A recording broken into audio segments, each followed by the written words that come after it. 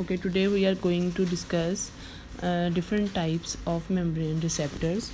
In the study of membrane receptor mechanisms, we know that in the composition of biological membrane, different types of proteins and lipids are present in the membrane, and these different types of proteins and membranes are involved for the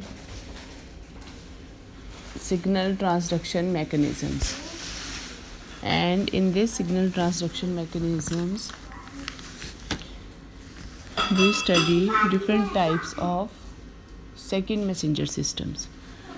These second messenger systems could be hormones, neurotransmitters, or they can be the other signals and their receptors as signal detectors. Each component serves as a link in the communicating between extracellular event and chemical changes within the cell.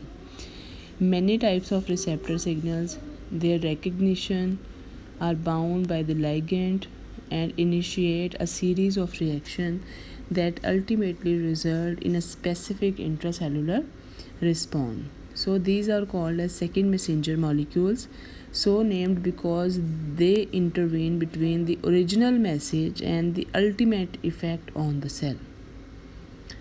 And they are the part of the cascade of events that transduce hormones or neurotransmitters binding into the cellular response. So, two types of most widely recognized second messenger systems are calcium phosphatidyl inositol system and adenylyl cyclase or adenylate cyclase system, which is particularly important in regulating the pathways of intermediary metabolism. Last lectures discussed many different types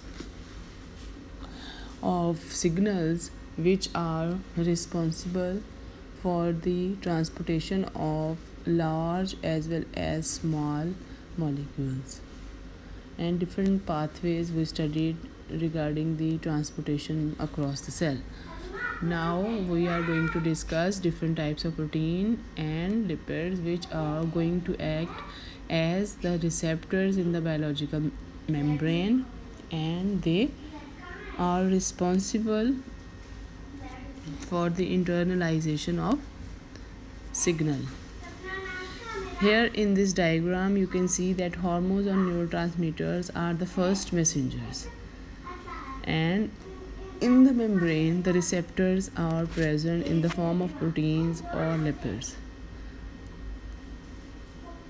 and they are when the hormone or neurotransmitter is going to bind with the receptor, then intracellular changes will occur, will lead to the formation of G proteins and causes the conformational changes between the GDP and GTP, in which the GDP is going to be converted into GTP. Now this the G protein is going to activate different types of kinases. As you all know that the function of kinases is the phosphorylation of substrate. When something is phosphorylated in biochemistry, then intracellular effects occurs, and this all happen with the help of second messengers, and all the signal cascade is run as the hormone or neurotransmitter first binds with the receptors. So all the physiological activity dependent on this different types of membrane receptors. Here in this diagram is the first type of membrane transportation system, which is the adenylyl cyclase system. The adenylyl cyclase system involves 4 steps for the internalization of signal. Here you can see in the first step, in the first step you can see a cell membrane, a receptor which is unbound, which is in the unbound form, and in the cell membrane थोड़ी सी space छोड़ के आप green colour का एक cell membrane में component नज़र आ रहा है, which is the adenylyl cyclase. So this system is known as adenylyl cyclase system. In the first step, the unoccupied receptors, when it does not interact with the GS proteins. GS proteins are the stimulatory proteins. Some protein signals acts as the stimulatory signals, and some of the proteins acts as the inhibitory proteins. So adenylyl cyclase acts as a stimulatory protein. In the first step, when the uncoupled receptor does not interact with GS protein, what does it mean? आपका जो signal है और hormone है, that is in the unbound state. This is not bound with the receptor in the first step, and all the things in the cytosol of the cell, you can see the adenylyl cyclase is in the inactive form, and all the stimulatory effects are going to be stopped when the signal is not bound. When signal is unbound, everything is silent. But in the second step, you can see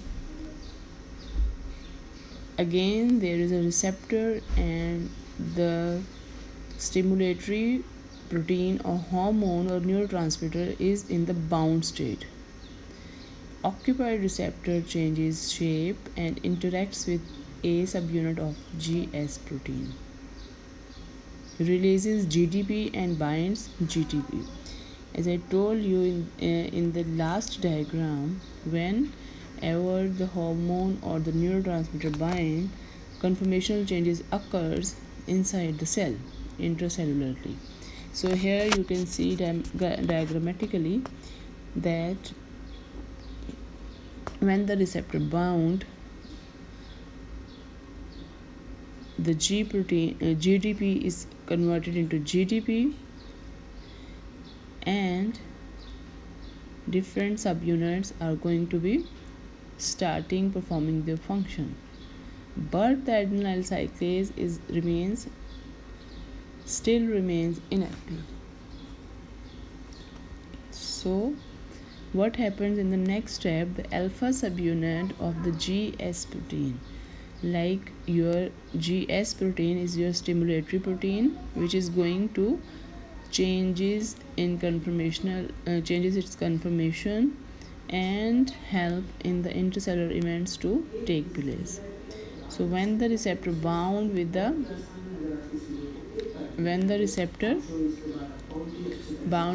ligand, your G proteins are going to be undergone with many conformational changes.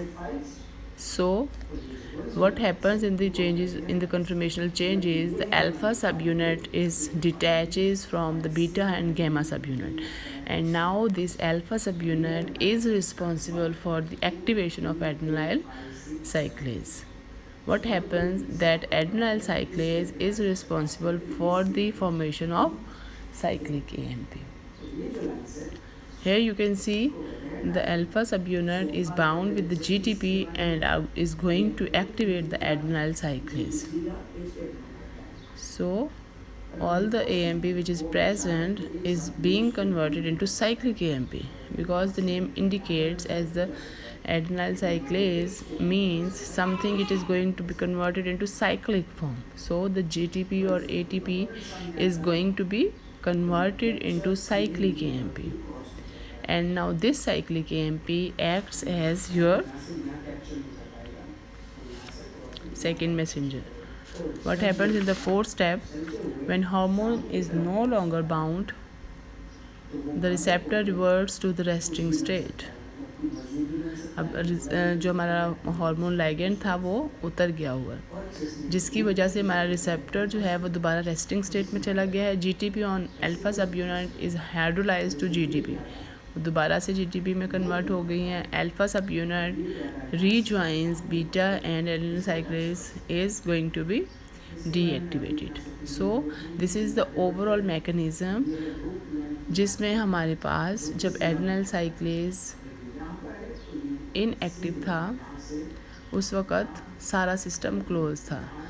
जब adenine साइक्लेज active कैसे हुआ? जब हमारे पास जी proteins ने जाकर kinesis को activate किया. जी proteins ने काइनेसिस को एक्टिवेट किसके थ्रू किया? साइक्लिक एएमपी के थ्रू. और साइक्लिक एएमपी ने किस तरीके से फंक्शन किया? उसने सबसे पहले जाकर जो जी प्रोटीन स्टिमुलेटरी प्रोटीन था उसके अल्फा सब यूनिट ने साइक्लिक एएमपी को एक्टिवेट किया. अब साइक्लिक एएमपी जब एक्टिवेट हो गया तो उसका क्या काम है? किसी चीज़ की एक्टिवेशन. यहाँ पर इसका क्या काम है? The activation of second messenger. And what is the second messenger? The cyclic AMP. And this cyclic AMP is responsible for the functioning of kinesis. है जी प्रोटीन्स की एक्टिवेशन हो गई, साइक्लिक एएमपी बन गया, और क्या हुआ नेक्स्ट स्टेप पे? काइनेसिस की एक्टिवेशन. और ये काइनेसिस की एक्टिवेशन क्यों ज़रूरी है? Because if this kinases are not going to be activated, no phosphorylation takes place and no intercellular effects are going to take place. So this is the mechanism of action of stimulatory proteins, which acts as a second messengers, and they are all function with the help of bound receptors, bound membrane receptors, which are G proteins, which are the example which are G proteins, and the example includes the adenylyl cyclase system. And I'm going to add something in the G protein. The yellow proteins are the membrane receptors. The yellow part are the membrane receptors, and these crosses the membrane 7 times. That's why they are called as a serpentine receptors. And the working of all these receptors, or the work of all these, the function of all, या biochemical significance आप कह सकते हैं of all these receptor is just to transduce signal. यहाँ पर वो सिर्फ signal ट्रांसड्यूस करेगा. लेकिन आगे हमारे इंट्रासेलुलर इफेक्ट्स में क्या होगा? वो 2 मैकेनिज्म हो गई, या वो एडेनिल साइक्लेज की एक्टिवेशन होगी, या वो फॉस्फोलाइपेज सी का मैकेनिज़्म होगा. अब यहाँ पर आज हमने एडेनिल साइक्लेज का पूरा पाथवे पढ़ लिया है, और ये डायग्राम आपकी लिपिन कॉर्ड में दी हुई है. सो गो and see the membrane receptors from your lipin cord. From tomorrow we will going to discuss another mechanism for the membrane receptors. Thank you.